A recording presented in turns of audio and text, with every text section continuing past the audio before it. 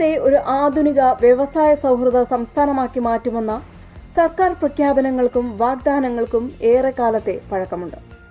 Is of doing business റാങ്കിങ്ങിലെ മുന്നേറ്റങ്ങളും ഏകജാലക സംവിധാനങ്ങളും ഉയർത്തിക്കാട്ടി നിക്ഷേപകരെ ആകർഷിക്കാൻ ഭരണകൂടം ശ്രമിക്കുമ്പോഴും മറുവശത്ത് ഒരു സംരംഭം തുടങ്ങാൻ ഇറങ്ങിത്തിരിക്കുന്ന സാധാരണക്കാരന്റെ അനുഭവങ്ങൾ തികച്ചും വ്യത്യസ്തമാണ്. നിയമങ്ങളിലെ മാറ്റത്തെക്കാൾ ഉപരിയായി താഴെത്തട്ടിലുള്ള ഉദ്യോഗസ്ഥരുടെ മനോഭാവവും രാഷ്ട്രീയ യൂണിയൻ ഇടപെടലുകളും ഇപ്പോഴും കേരളത്തിലെ വ്യവസായ മേഖലയ്ക്ക് വലിയ വെല്ലുവിളിയായി തുടരുന്നുണ്ട്.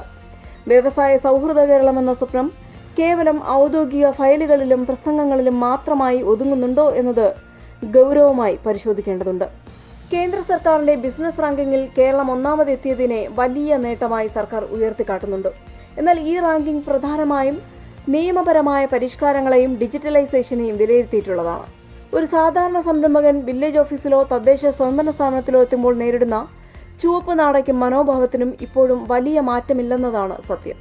കിറ്റെക്സ് ഗ്രൂപ്പ് 3500 കോടി രൂപയുടെ നിക്ഷേപം തെലങ്കാനയിലേക്ക് മാറ്റിയത് കേരളത്തിന്റെ വ്യവസായ ചരിത്രത്തിലെ കറുത്ത അധ്യായമായി ഇന്നും തുടരുന്നു. ഒരു വശത്ത് നിക്ഷേപ സംഗമങ്ങൾ നടത്തുമ്പോൾ മറുവശത്ത് നിലവിലുള്ള സംരംഭകർ പീഡിപ്പിക്കപ്പെടുന്നു എന്ന പ്രതിപക്ഷത്തിന്റെയും സംരംഭകരുടെയും ആരോപണം സർക്കാരിനെ കൂടുതൽ പ്രതിരോധത്തിലാക്കുന്നു.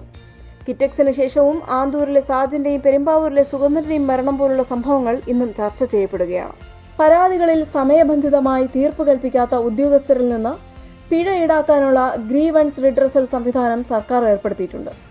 എന്നാൽ ഇത്രയധികം നിയമങ്ങൾ ഉണ്ടായിട്ടും സംരംഭങ്ങൾ തുടങ്ങുന്നതിനുള്ള ഫയലുകൾ ചുവപ്പ് നാടയിൽ കുരുങ്ങുന്നത് നിക്ഷേപകരുടെ ആത്മവിശ്വാസത്തെ തകർക്കുന്നതാണ്.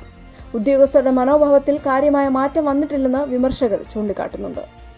സ്വിഫ്റ്റ് പോലുള്ള ഓൺലൈൻ പോർട്ടലുകൾ ഉണ്ടെങ്കിലും പല ലൈസൻസുകൾക്കും ഉദ്യോഗസ്ഥരെ നേരിട്ട് കാണേണ്ടി വരുന്നത് അഴിമതിക്കും കാലതാമസത്തിനും ഇടയാക്കുന്നുണ്ട്.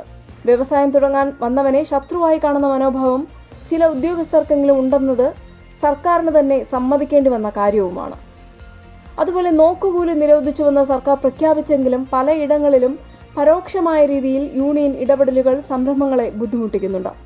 കയറ്റിറക്ക് തൊഴിലാളികളുടെ അനാവശ്യമായ ഇടപെടലുകളും തൊഴിൽ തർക്കങ്ങളും കാരണം സംരംഭങ്ങൾ പൂട്ടിപ്പോകുന്ന അവസ്ഥ ഇപ്പോഴും റിപ്പോർട്ട് ചെയ്യപ്പെടുന്നുണ്ട്. സംരംഭകർക്ക് സുരക്ഷ എന്നത് പലപ്പോഴും ഫയലുകളിൽ മാത്രം ഒതുങ്ങിപ്പോവുകയാണ്. അമിതമായ യൂണിയൻ ഇടപെടലുകൾ ഭയന്ന് പല വൻകിട നിക്ഷേപകരും അയൽ സംസ്ഥാനങ്ങളായ തമിഴ്നാട്, കർണാടക എന്നിവിടങ്ങളിലേക്ക് ചേക്കേറുന്നതായും നാം കാണുന്നു. കേരളത്തിന്റെ സാമ്പത്തിക അടിത്തറ ഇപ്പോഴും പ്രവാസ വരുമാനത്തെ അമിതമായി ആശ്രയിച്ചിരിക്കുന്നതാണ്. എന്നാൽ ഇത് ആഭ്യന്തര ഉൽപാദന മേഖലയുടെ തളർച്ചയെ കാണിക്കുന്നു. സംസ്ഥാനം നേരിടുന്ന കടുത്ത സാമ്പത്തിക പ്രതിസന്ധി അടിസ്ഥാന സൗകര്യ വികസനത്തെയും വ്യവസായങ്ങൾക്ക് നൽകേണ്ട സബ്സിഡികളെയും ബാധിക്കുന്നുണ്ട്.